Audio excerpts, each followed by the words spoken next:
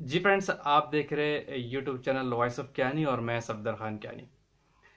जी friends, RSD ये वो word है जो आप किसी भी क्वालिटी कंट्रोल डिपार्टमेंट में काम कर रहे होते हैं। ये आपकी एनालिसिस से बड़ा रिलेट है इस वर्ड का, RSD का, जिसको हम एब्रिविएशन करते हैं और ये होता है रिलेटिव स्टैंडर्ड डेविएशन।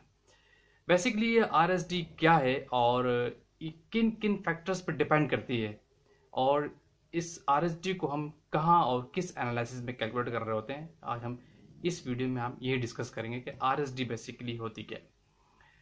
बात करते हैं RSD पे। देखिए, RSD जो है बेसिकली कहलाती है रिलेटिव स्टैंडर्ड डिवीजन। इसका एक क्राइटेरिया है, इसका एक्सेप्टेंस क्राइटेरिया है।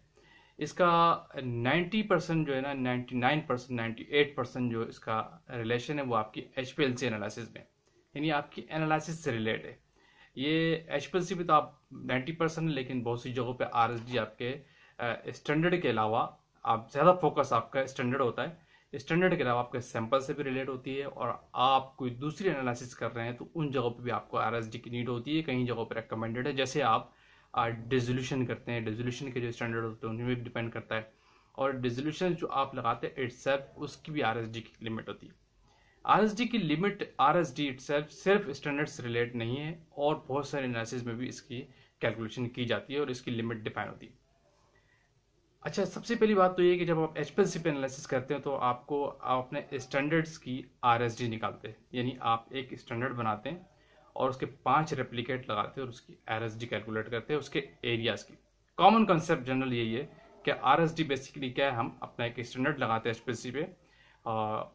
To continue the further analysis, उससे पहले आप उस स्टैंडर्ड्स की RSD निकालते, रिलेटिव स्टैंडर्ड डेविएशंस चेक करते हैं और उसके बाद अपने सिस्टम को आपको भर देते हैं। इसकी एक लिमिट है, जब आप HPLC पर एनालिसिस करते हो तो इसकी लिमिट नॉट मोर देन 2% होनी चाहिए, यानी आपके जो 5 स्टैंडर्ड के रेप्लिकेट आते हैं उसकी वो 2% से ज़्यादा नहीं होने चाहिए। अगर 2% से ज़्यादा है तो वो एक्सेप्टेड नहीं है।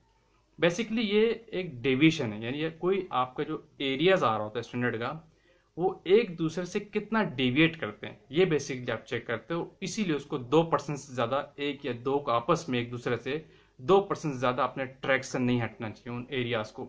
इसी का नाम हम RSD कहते हैं। एक किस्म की डेविएशन है और डेविएशन की लिमिट है, यानी आपको अपने ट्रैक से 2% से ज्यादा नहीं हटना है, जो एक स्टैंडर्ड ट्रैक है उस पर रहना चाहिए। अच्छा, कॉमन कॉन्सेप्ट क्या है, मैंने कहा कि आप सिर्फ एरिया चेक करते हैं, ऐसा नहीं है। जबकि RSD की डिपेंडेंसी जो है सिर्फ एरिया पे नहीं है, इसके पीछे बहुत सारे फैक्टर्स होते हैं। इस RSD के बिहाफ पे आप बहुत सारी चीज़ें चेक कर रहे होते हैं, जस्ट एक स्टैंडर्ड चेक नहीं करते। यानी आपने एक स्टैंडर्ड बनाया और उसके 5 एप्लीकेट लगाए और उन एप्लीकेट का एरिया अगर ठीक आ गया, RSD की लिमिट में आ गया, तो वो स्टैंडर्ड ठीक है। लेकिन ऐसा नहीं है। वो जो ठीक RSD आ रही है वो डिपेंड करती है पूरे आपके HPLC सिस्टम पे। ये बड़ा क्रिटिकल पॉइंट है, याद रखिएगा। क्योंकि सिर्फ आपने एरिया तो निकाल लिया, लेकिन वो एरिया डिपेंड किस पे कर रहा है, आपके सिस्टम की एनालिसिस पे, सिस्टम की एक्यूरेसी पे। बेसिकली आप RSD के तहत जो आपके सिस्टम सूटेबिलिटी का एक पैरामीटर है, आप HPLC में सिस्टम सूटेबिलिटी की रिपोर्ट निकालते हैं ना जैसे, और सिस्टम टू सिस्टम वेरी भी करता है।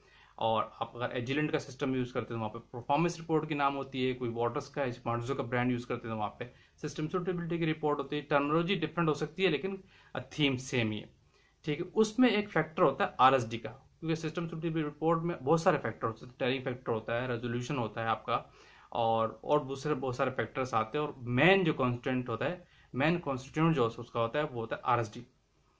तो वो सिर्फ एरिया पे डिपेंड नहीं है कि अगर आपने स्टैंडर्ड सही बना दिया तो उनके एरिया ठीक आ जाएंगे, स्टैंडर्ड सही नहीं बना तो आपके एरिया ठीक नहीं आएंगे। ये बात किसी हद तक ठीक है। लेकिन अगर आपने 100% स्टैंडर्ड ठीक भी बनाया है और आपका इंजेक्शन प्रिसीजन ठीक नहीं है, यानी आपका जो इंजेक्टर है वो ठीक से माइक्रोलीटर नहीं ले रहा, तो आपकी RSD ठीक नहीं आएगी, आपकी RSD आउट हो जाएगी। यानी एक बारी में वो कुछ और ले रहा है, एक बारी में कुछ और ले रहा है, तो आपके इंजेक्शन का प्रिसीजन भी होना जरूरी है। तो ये RSD जस्ट आपके जो आप स्टैंडर्ड प्रिपेयर करते हैं उसको डिफाइन नहीं करती, आपके होल सिस्टम को डिफाइन करती है।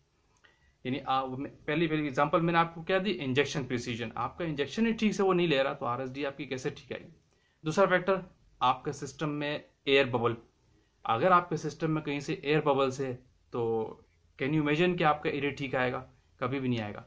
जब आपके सिस्टम में एयर बबल ट्रैप हुई हुई है और आपका एरिया ठीक नहीं आया, आल्दो कि आपने स्टैंडर्ड 100% एक्यूरेट बना हुआ, तो आपकी आरएसडी आएगी नहीं आएगी। तो इसलिए आरएसडी जस्ट एक स्टैंडर्ड पे डिपेंड नहीं करती जो आप प्रिपेयर करते हैं। आरएसडी आपके पूरे सिस्टम को डिफाइन करती है।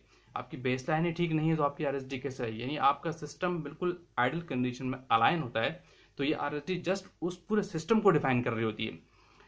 इसीलिए मैंने लास्ट वीडियो में सैंपल को डिस्कस किया था कि आपको सैंपल किस तरह बनाने और किस तरह नहीं, क्योंकि वो जस्ट आपके सिस्टम को भी डिफाइन कर रहा होता है। आरएसडी पूरे सिस्टम पे डिपेंडेड है।